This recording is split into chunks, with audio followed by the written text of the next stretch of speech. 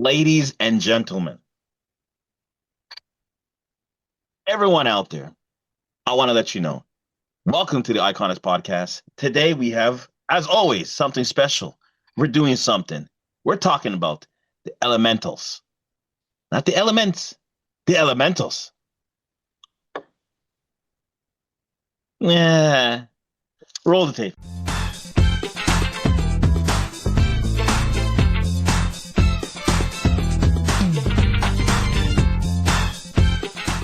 Hey everyone, thank you for tuning in to the Iconis podcast. Welcome back for all of you that keep watching the show, keeps us going. So as you know, I am Barry 3D, and on my side, I'm joined with Rod C. right on. And down below, not down under, is our other brother from another mother, the one and only. Harry Recklessado. What? Okay, and we are going to talk about the elementals. But before we get into that, we got to do the round table. So first and foremost, you want to know some questions? Here's the answers. Where can you find us? Very simple. You can find me at barry3d.com. That's my website. Check it out. I got a show coming up June 14th, which is also my birthday over here in West Island in Montreal. So for those that are there, come on out. Rod, where can we find you?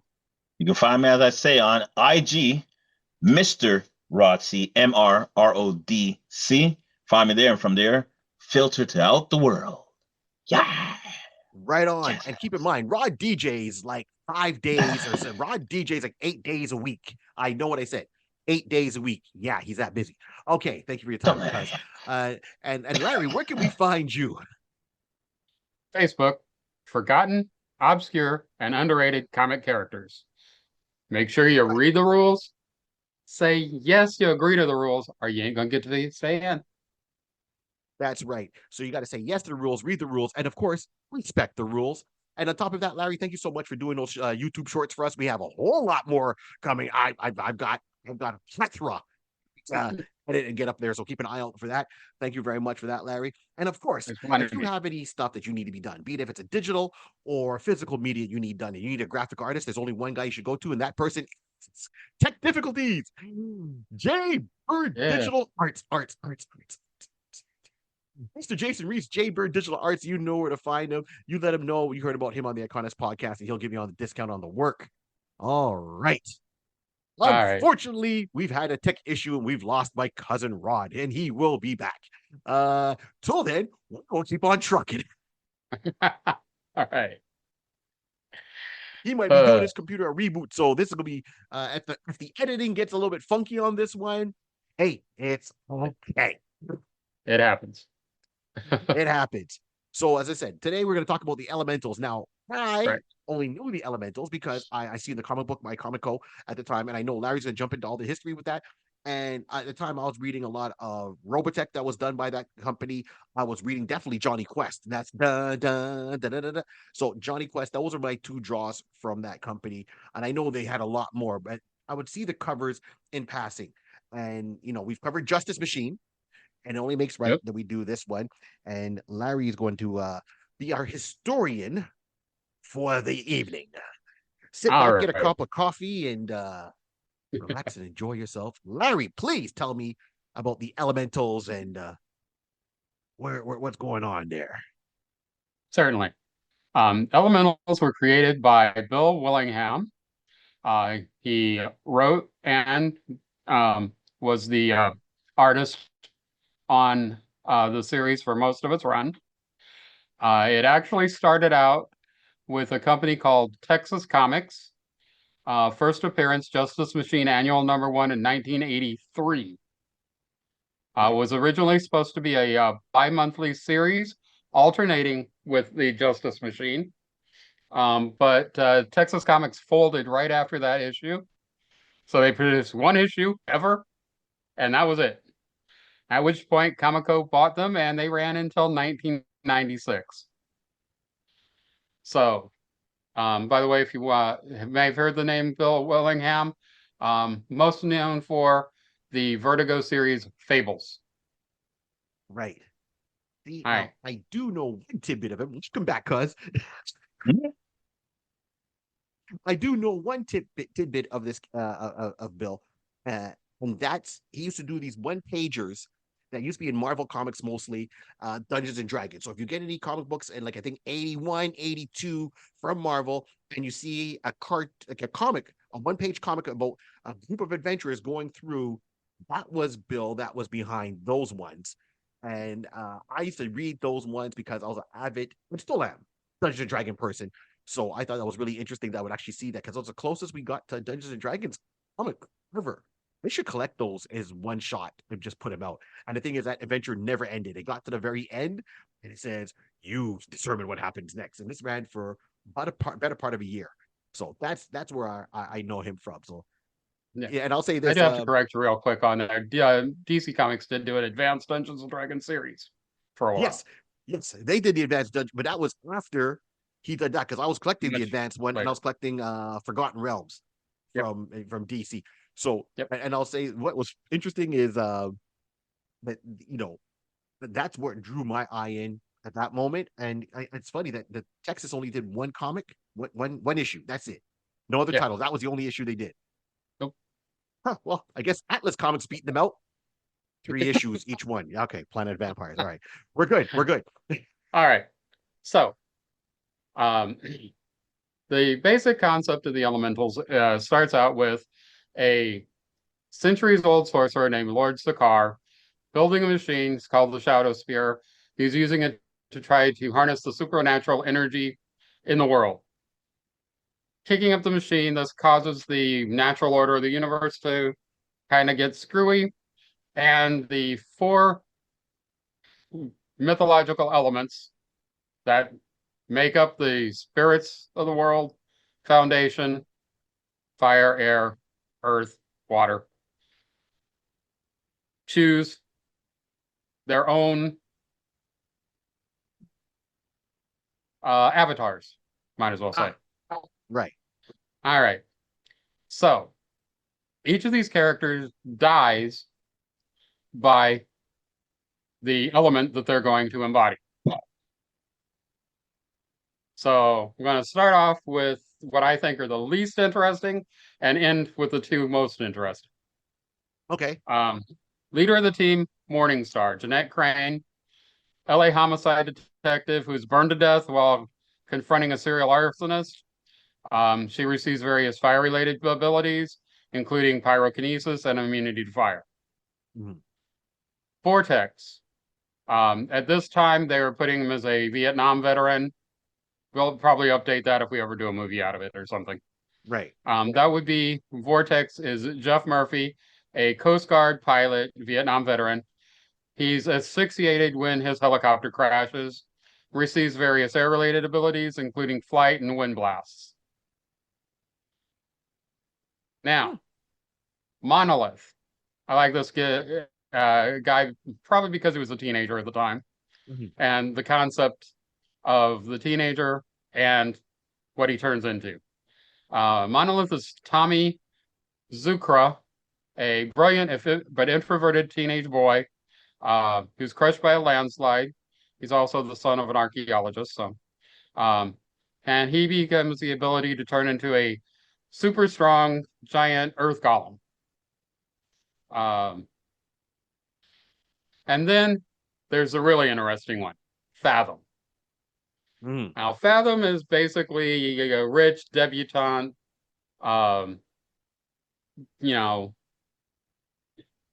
country club girl.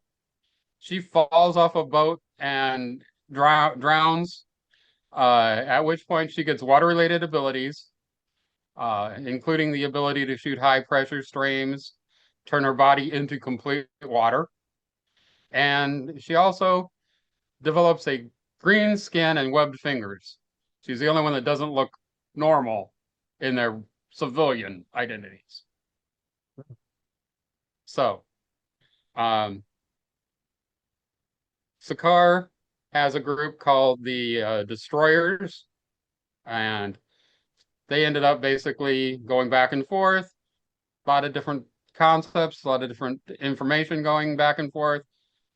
One of the elementals actually turns on the team at one point and is replaced by someone else. Oh. It runs for 3 series. along with several, and I mean really several, one-shots and miniseries. Um, and So the 3 volumes take up about 12 years to run, Okay. and So it's over in 96. okay, so not to give away anything, but just curiosity, right? Because anytime Yeah. I'm reading books and a book goes for various running through different volumes, the last issue, last book of that volume, did it wrap up the storyline or did it leave it open ended? It's just a very, just more. I'm not looking to give away anything more, just like a yes or no kind of question, just so I can understand that. So volume 3 Yeah. was actually a 3-issue miniseries. It left the possibility of the elementals coming back, but it did wrap up the story. Okay. Fair enough. I mean, no one ever, no hero ever goes away. They always leave the door open if they're gonna bring them back. But sometimes it's more final than not. So Right. that's interesting. And from what I was reading, because I didn't read, I get a chance to get read as much as I wanted to, kind of thing. But for what I did read, I thought it was interesting in the sense that it went with four. The first thing you think as a team, like a Fantastic Four, and it's not a family thing. What caught my eye that's different is pretty much the way you pass away is what empowers you later on when they bring you back, right? Or when you come back to life, which Yeah. to me, that's you know, that's going back when it was created, okay, cool. But in this day and age, I think like if you look now at 2026, if you take that same concept, it could really go more into people's trauma, especially that mental health is a lot more spoken of over these past years. It's like as you're saying, is it Tommy, the young boy? Yeah. Tommy Yeah, for Sakura. right. So he's a young boy, dies in a landslide, and then gets the power of of like pretty much Earth, which is Yeah. the thing that killed him. And even adults don't deal with trauma, but as a 13-year-old having to deal with that, it's like, what's your powers? The thing that took me out. Yeah. With me, it's gonna be a cheeseburger. Love my cheese. No, the truth is, it's a hot dog. We all know. Everyone knows it's gonna be a hot dog. I'm gonna be a hot dog man. Yeah, I keep your minds out the gutter. But yeah, Now so that's I'm what I'm thinking. Like, visualizing you as Mayor McCheese. Hilarious. That's gonna be it. Or crushed by my toy collection. Toy man. You know, it just like I like these things that we go back to because when it was written originally, and then as time has gone on and we've evolved in our mentality or thinking and what we see, how we see the world in general, and we've grown up. You look at things with a different bit of a lens. So Mm. what was back then and compared to now, it's like, whoa, they didn't even touch. I mean, they did touch on the trauma. They did touch on, and I mean, and I'm not trying to downplay it, saying they didn't, like, or they just did it very lightly. Mhm. They do go into that, but it's still interesting to see that as a superhero book dealing with trauma, especially with the powers you have. Like that can go to me a lot deeper. Like you can get like the PTSD from something like that. You go to use your Yeah. power and you realize, wait a minute, this is how I passed, right? And you might not want to use your powers at times. So I think the storylines are open to even more probably than what we got. So that's just my 2 cents off the top of the dome. Oh yeah. Yeah. So I mean, it's you can deal with trauma, you can deal with um the concept of okay, I'm an avatar of an element and I'm just a teenager type yeah, thing. Got the responsibilities there that, you know, or um absolutely, or they can level up too, right? I mean, if you look at Swamp Thing, when Swamp Thing first came in, right? He was just the monster from the swamp. He had certain powers. And then as years have gone on, they've evolved him into the green. And he's a protector of the green. And they made it bigger and bigger, right? Like he literally, like in a video game, you level up. In Dungeons and Dragons, you level up. So what could have been the level up for, Tommy being an avatar of the earth? We don't know. But there's a lot more to it than just I turned into rocks and smash like the thing. So yeah. what drew you to this team or to this book? Well, to be honest, um I originally picked this up because it was the Justice Machine annual, and I had already picked up some of the Tower comics of Thunder Agents, which were guest starring in that annual. Elementals was the backup story. And as soon as I read that story, I was like, damn, okay, where's the next issue? Nothing. I think it was maybe 2 years later, um, close to by the time I saw it. And that's when the direct sales store opened in my area. Okay. And so I ended up picking up the 6 issues of Comico straight out for the first story. And it's like, great characters, awesome writing. I'm not a big fan of Willingham's art, to be honest. But I mean, he's good. He's just not one of my favorites. Right. But I'm a story guy. If you give me a good story, Right. I can look over some bad art. Okay. All right.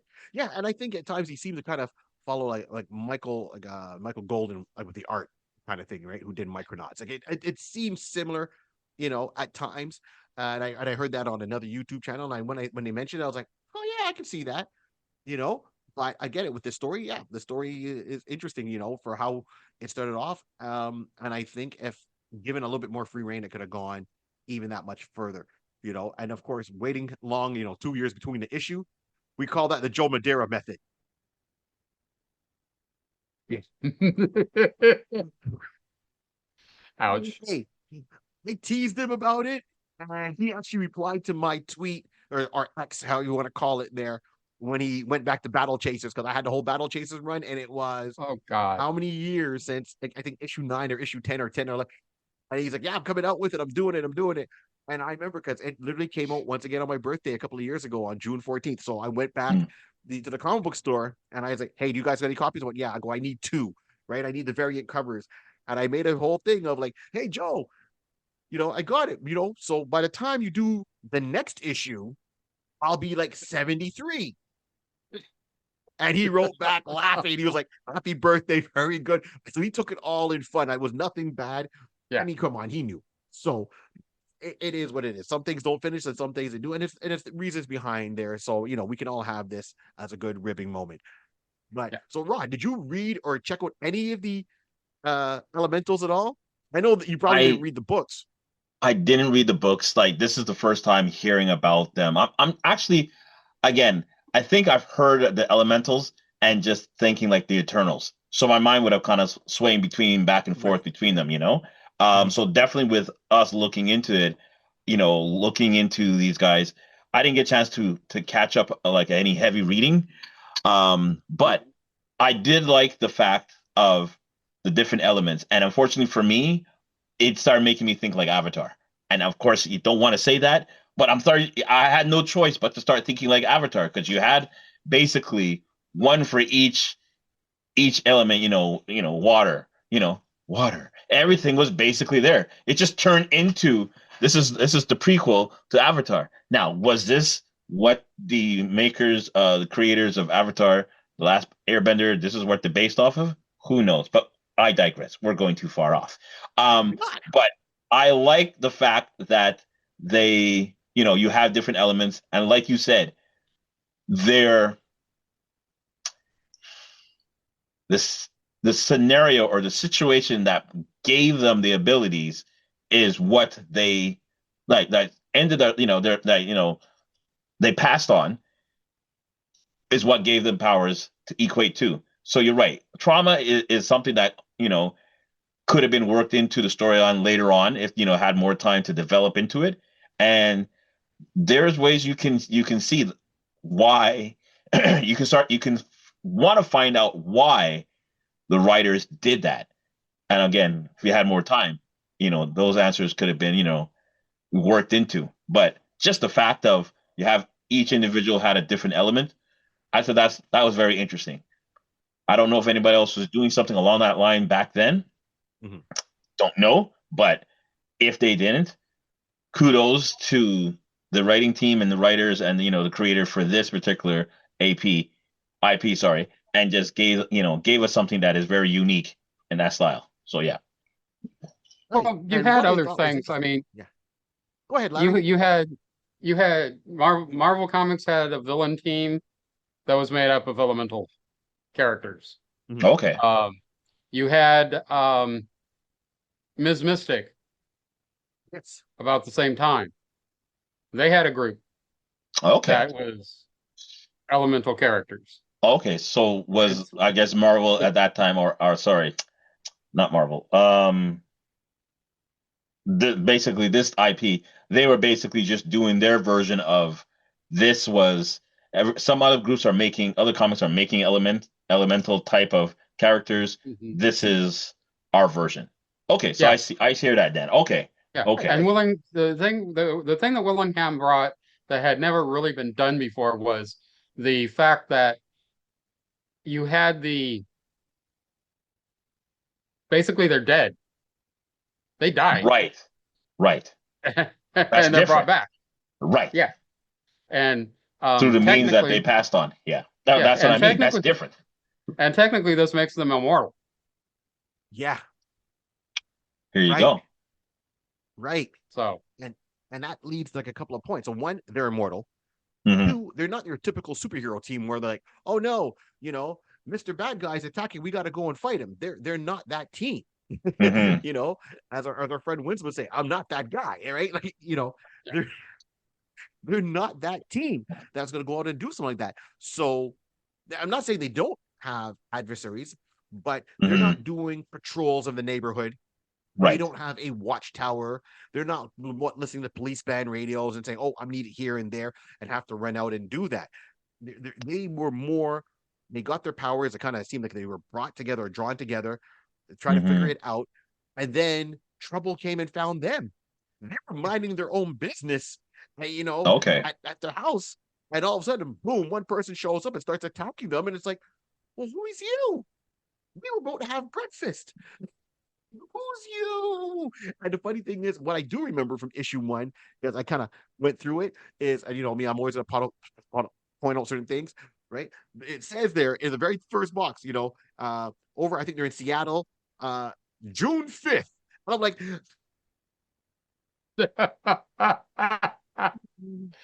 this guy. I just call that out. I Listen, thought that was you interesting. you may want to have like a segment of all the Gemini characters that you know of. I mean, you might have to have something like that. Yeah, yeah. I thought that honestly. I thought this a couple of times before, and I'm like, nah. One day I'll mention it. Here, we spark the flames. We spark the flames. Let's go. We just got over Saturday Love.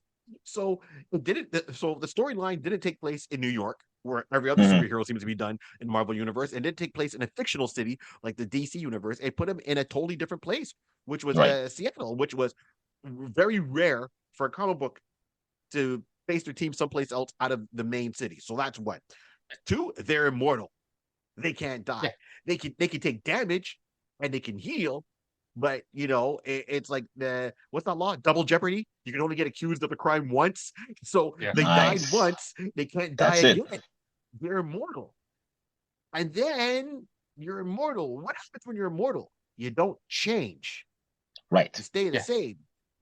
And the character there, Timmy, Tommy. Mhm. Tommy, thank you. Tommy doesn't change. Yeah. Tommy has Peter Pan syndrome in the sense Yeah. that he's 13 forever. Right. Right.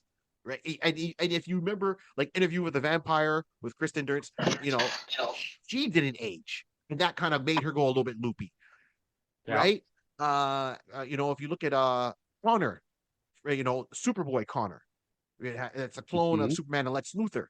When he found out he was not going to be able to age any more than what he was, he went a little bit loopy because it's natural for you to get older. So, if you're immortal, everyone wants to be immortal when they're in their 20s or 30s because they're like, oh, this is great. I'm in peak physical condition. This is how I am.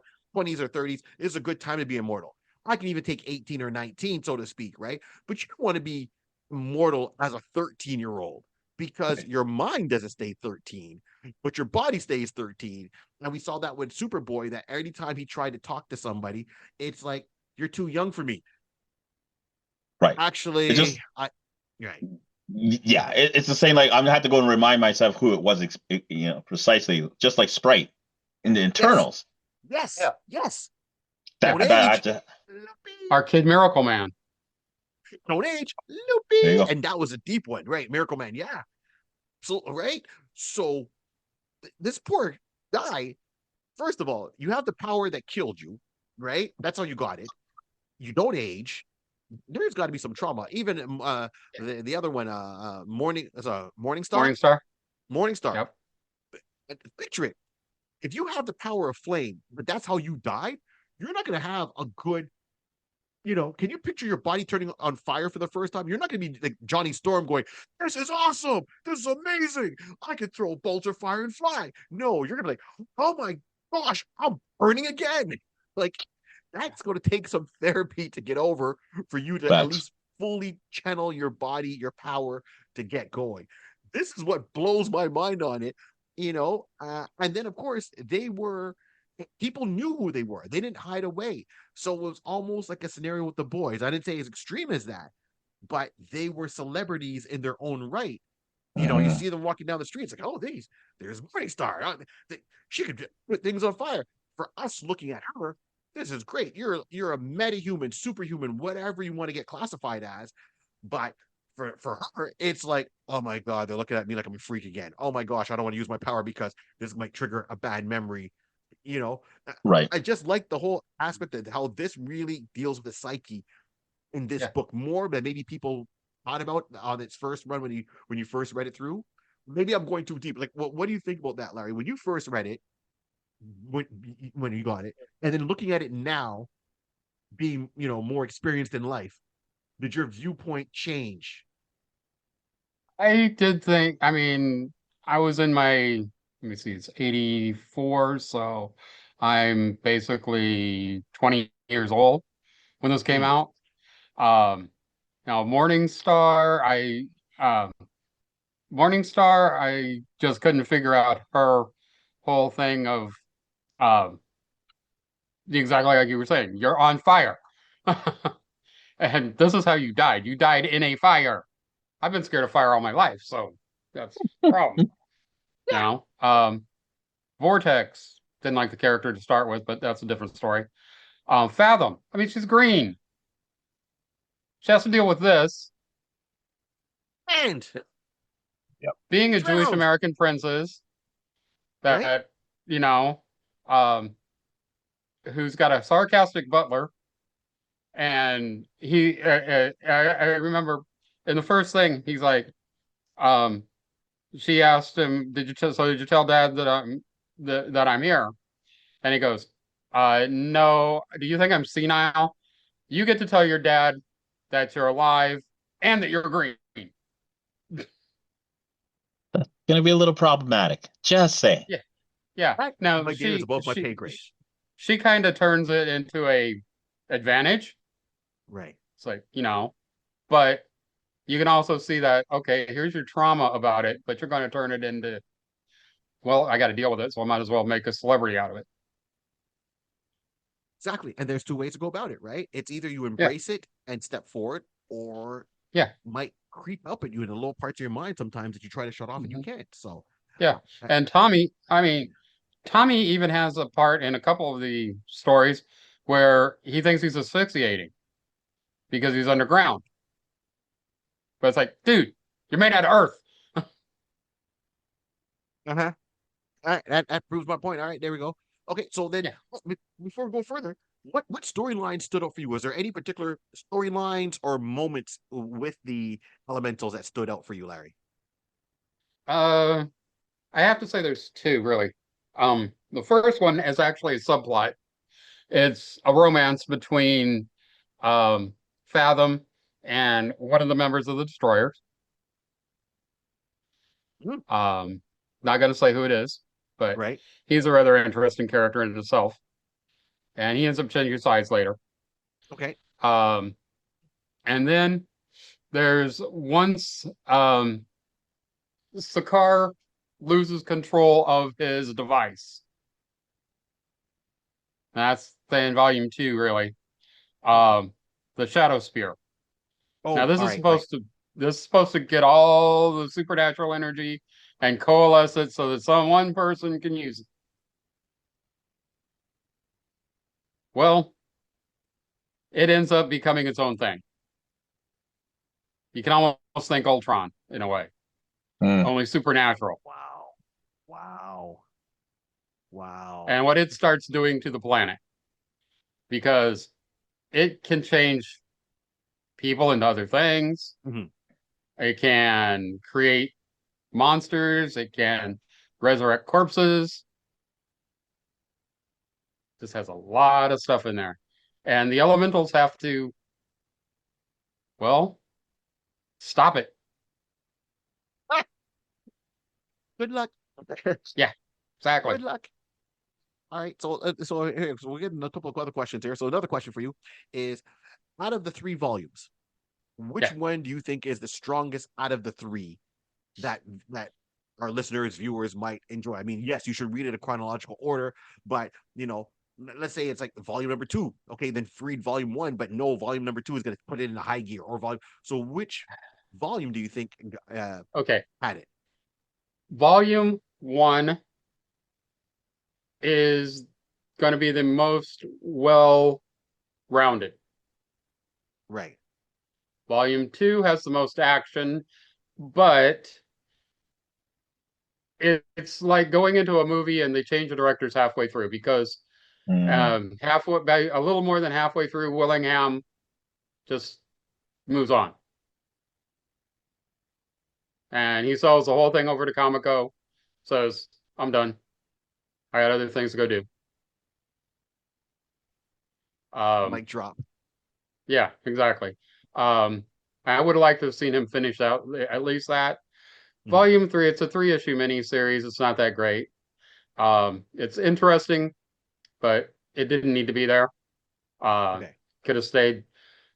And then you have all of the various little one shots and so forth. I mean, just to give you some of the titles, um, Sexy Lingerie Special, Ghost of a Chance, The Vampire's Revenge. Okay. Okay, those are just some of the titles. Um, yeah, and then a couple of side characters get their own one shot. All right. Okay. So Because I yeah, know at one point, and I think that's what led to the gap there from when I was kind of doing some research on it. I know the creator, he did his first run, then there was a little bit of a gap because he was trying to negotiate a better deal with Comico because he wasn't happy with the deal that he had. So that took about 6 months between a couple of issues, and then finally, they got that settled on publishing and royalties or so forth like that, and he continued for a bit further with the series. So that was some of the things behind there, and of course, Comico themselves went bankrupt at one point. So yeah. it But they brings us to finished where they finished all their elemental titles they finished it before they off. went. Right. So Okay. Okay. So yeah, that part I uh, know. As I said, yeah, don't claim to know everything. This is why we have these roundtable yeah, chats, and of course, hmm add your notes into the comments yeah, below, people. I mean, I yeah. love seeing that. We had a person that And turned you around and can commented get on the Blackhawk. So yeah, yeah, sorry, go you ahead. can get the first 5 issues along with the Justice Machine annual in the Elementals Natural Order soft cover trade paperback. So the first 6 issues you can pick up as a Nice. Okay, easy find, easy read. So, yep. Mhm. Rod, any points there? We're gonna get in some fan casting, man. Let's see what we Um. do, gentlemen. Yeah. Okay. Yep. Well, we can go with that. We can go right into that. Okay, then. All right. So, so did we all cast? First of all, did you all cast 4 main people? Yes. It, All right. So I'm pulling out my notes here. So Larry, I know you're more the expertise on this one, and you just been mashing us with the fan casting, which is awesome. So I'm gonna go. I'm gonna go first. I'm gonna elect myself to go first this time. And so, which character are we gonna do first? Give me the character, and let's just go that way. How's that? Morningstar. Morningstar. Okay. So for Morningstar, I wanted someone that could portray what the character's gone through as her past as she was a police officer, correct? Yes. Right. So a police officer, fire, so someone action oriented, someone that's able to take charge, and she's pretty much the de facto leader of the team. So, and you'll see where I'm going with this casting. So with my casting, I would go with Emily Blunt. Okay. Right. And now I'm thinking, once again, I'm not looking at animated, I'm looking at live action. I think that we have a lot of the Marvel and DC stuff. So I think it'd be nice to see maybe another studio pick up another property as this, that they can actually go deeper in and give it a little bit more of a darker tone. I'm not saying extreme, just a little bit more of a darker tone. So we really had The Boys. The Boys was pretty well done. Doesn't have to be that dark, but I think there's some things that should be looked at a different lens, as you heard us talking before, everyone. So that's who it is. Emily Blunt for me. What about yourself, Rod? Who would you do as Morningstar? So as Morningstar, I wanted to do something a little different. So I was kind of going with Regina King, and I picked Regina King definitely because when she did, let me get back to the, it was up tip of my tongue. The Watchers, when she said, sorry, the Watchmen, when she did the Watchmen, Okay, the miniseries from there. That's the reason why I wanted, because I know, something different in the sense that she's already done some type of action type of, so she could portray, the the the traumatic issues of her passing and then be able to working through that to become an elemental. I just went straight forward with that. I see that. Touché. All right. All right. And Okay. sorry, one more thing. Are you going live action, Rod? Are you going are you looking movie? You looking series? You looking what are you looking at? I'm gonna go. I would like a series, but again, so the same type of Watchmen type of series. So maybe like 2 or 3 series. Nothing super deep in that regard, and kind of just lean into a live action, basically. Yeah. So no anime, nothing in that regard. Okay. Cool. Okay. I just want to get that. All right, Larry. Okay. So what I want is a 6 to 8 episode series, done by the guys who did Stranger Things. Well, a little bit darker, but still have some fun. Now I'm going to skew Morningstar a little younger, but not too much. And this actress, I don't know if you've seen the new Strangers movies. No, not yet. Okay. She was also in Riverdale. Okay. In which she played Cheryl Blossom, but she's the star of the new Strangers movies. Her name is Madeline Petch. I know you're talking about. Yep. Here we go again, people. Nice. Okay. All right. Well, start off to the races. All right. So who's the next character we're doing? Okay, Vortex. All right. So Vortex was as the Vietnam pilot, the one that controls air. Right? He's the avatar of air. We should say that, right? Yeah, but I'd make him like personally, I'd move it up to Gulf War or something like that. Well, of course, yes, even exactly. Later. Yeah. Make it more modern, of course, because Vietnam you'd be too old. Okay. So Yeah. this one, I'm going with Emily Blunt's husband, John Krasinski. Right? So we remember with John Krasinski, he was actually slated at one point to play Mr. Fantastic in the Marvel movies before they went with Pedro Pascal. He's also in Jack Ryan, the Shadow Recruit. That can be the series that's on Amazon Plus right now. I mean, Amazon Prime right now. So he did play Mr. Fantastic in Doctor Strange.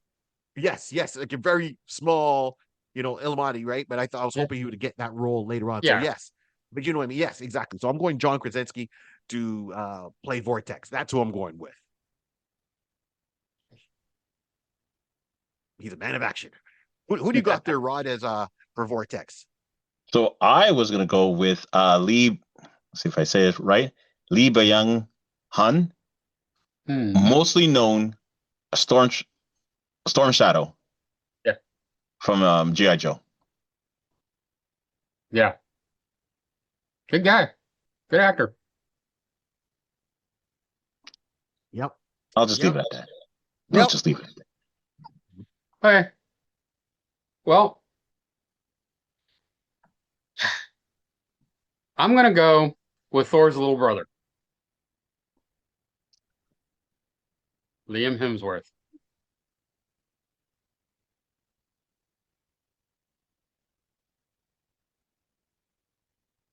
Great. Oh. And I'd Oh. probably rewrite a little bit so him and Morningstar have a little bit of a fight of who's in control of the team. Right? Yeah. Mm, Yeah. Who's in charge? Okay. Oh, okay. All right. All right. All right. I like that. I like that. Okay. Yes. All right. So now, who we going with next? Fathom. Fathom. Okay. So for Fathom, who can play someone that's entitled, rich, maybe a little bit spoiled, had the trauma going with it, and then try to make the best of the situation at the same time, but has a quick wit. Like, I mean, she's embraced who she is and following through. I'm gonna go with a sibling because if you know who her brother is, you can see I could see this coming across. So I'm going with Emily Osment, Oh, okay. right? From George and George. Mandy. Yeah, yeah. First marriage, who and her brother was Mr. I see dead people. Yeah. Right? okay. Rod's got some thoughts going on. Oh wait, Rod. I see you building your Yeah. team, Rod. Yeah. I'm just here. Just That, folks, is a man that's got two choices, and he hasn't narrowed down which one he wants to go with right. yet. Right. Right. I know my cousin So well.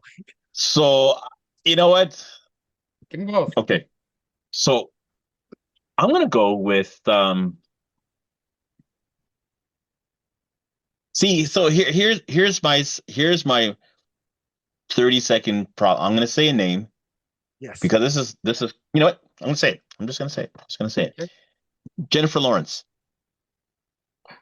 Mm, Jennifer Lawrence. Jennifer Lawrence. Hunger Games? Because of Hunger Games and X-Men, X-Men. like Jennifer the Mystique, like Mystique, right, right. She it, did play that kind of raunchy comedy after winning like an Oscar. And that movie was yeah. good. I don't know why people hate it. Yeah, that was a different side you don't see of her. So yeah, there you go. There you go. So that's okay. that's that's why I'm like I think we can work with that. I think we can work with that. I can see All that. right. Right. Okay. And what for yourself, Larry? Oh, Jesus. Hands together. That's a problem. Haley Steinfeld. Larry Steinfeld. All right. So she's the voice of Gwen Stacy in Into the Spider-Verse. Mm-hmm. She Oh, was the little girl in True Grit. And you would know her probably best as Kate Bishop, Hawkeye. this guy just goes around and just comes up, Kate Bishop, and just walk away. Mic drop and just walk. Mike Okay, drop, sir. just walk away. Okay. Okay. All right. All Dang right. it. He's on fire. No, that was Morningstar. Okay, got it. We're gonna do Tommy. That's all's left. Okay. So now we're just left with Tommy. So Tommy's the main one we're doing right now. So for myself, Tommy, I wanted to find an actor who could probably portray someone who was a little bit of an introvert, smart at the same time, and really kind of sell it some a little bit of dry wit and get in there. Now I couldn't find someone that would be like 13, 14, but I know Mm-hmm. someone, an actor who's played someone at that age, and he's a little bit older now, but he can kind of go back depending if you look at it. So the actor I'm looking at is Liam Armitage, which you all know as the actor who plays young Sheldon. Yeah. I thought about that for a while Okay. myself. Okay. Right. It's like currently he says he's 17, right? But Yeah. yes. And I mean, everyone sees him as young Sheldon with a serious look back, but if you see him out and about, he doesn't walk around that way. So I think he can definitely pull off that role, and especially for what Tommy's role is within the elementals, like how it starts off and what he's got to go through, and not giving anything away. I think this is a character that would appreciate the changes, the depths of everything he has to go for that character. That can sell it. Okay. Oh, yep. Okay. It can work. It can work. I can like that. Yeah, I like yeah. that. That's my little dream team Right. there. I'm interested in this one. So, same way, finding someone young to portray was a little bit hard. So I just said, let me at least find someone who is currently like young 20s, like in the early 20s. Just the youngest out of the whole bunch. So he's still showing himself as being a young person. So I wanted to go with, and you said someone had to be, have some dry humor and stuff like that. Perfect. Jack Dylan, is it Dylan? Dylan Grazer. Who would that be? I will just go for the one. Once I say where he's from, Shazam, Freddie Freeman. Yeah. Good actor. I like it. You're making picks on this show. It's killing me. It's killing me. All right, Ned. All right, Ned. All right. I was in the same boat as you, looking for somebody 13, 14, whatever. Mm-hmm. Couldn't really find that. But I did find somebody who just turned 18 also. Now, I did think about Armitage. I did think about him. Okay. But I like this guy a little bit better. Uh-huh. His name's Mason Thames. You would know him from either Black Phone, where he played the kid who's trapped in the basement, Right. Okay. Yeah. or as Hiccup in the live action How You Train Your Dragon.